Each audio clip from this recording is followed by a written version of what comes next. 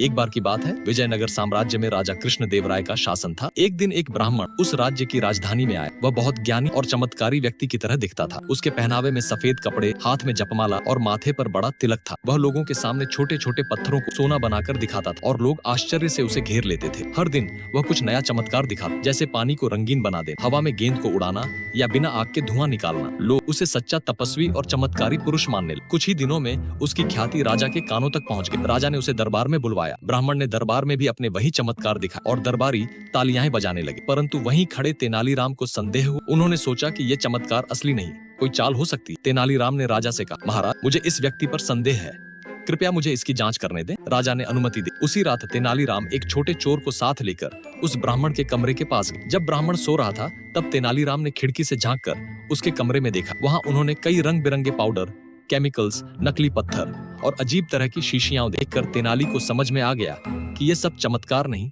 बल्कि छल है।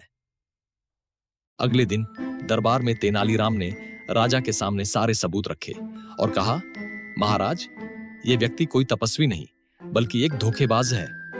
ये सभी चमत्कार नकली हैं और इन्हें केमिकल्स से किया जा रहा है। राजा ने सैनिकों को भेजकर उस ब्राह्मण के कमरे की तलाशी ली और वहां वही पाउडर, नकली सोना बनाने वाली चीजें और झूठे नाग जैसी वस्तुएं मिली। अब सबको पता चल गया कि वह ब्राह्मण एक मक्कार था। राजा ने गुस्से में कहा, तू हमारे लोगों को धोखा देता है, अब इस राज्य से बाहर चला जा।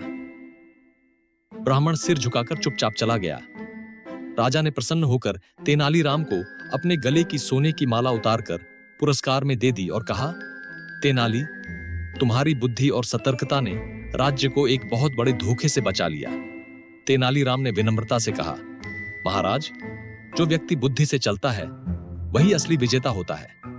उस दिन के बाद से जब भी कोई चमत्कारी व्यक्ति राज्य में आता, लोग कहते, पहले तेनालीराम से पूछ लो, वह बताएंगे ये असली है या नकली।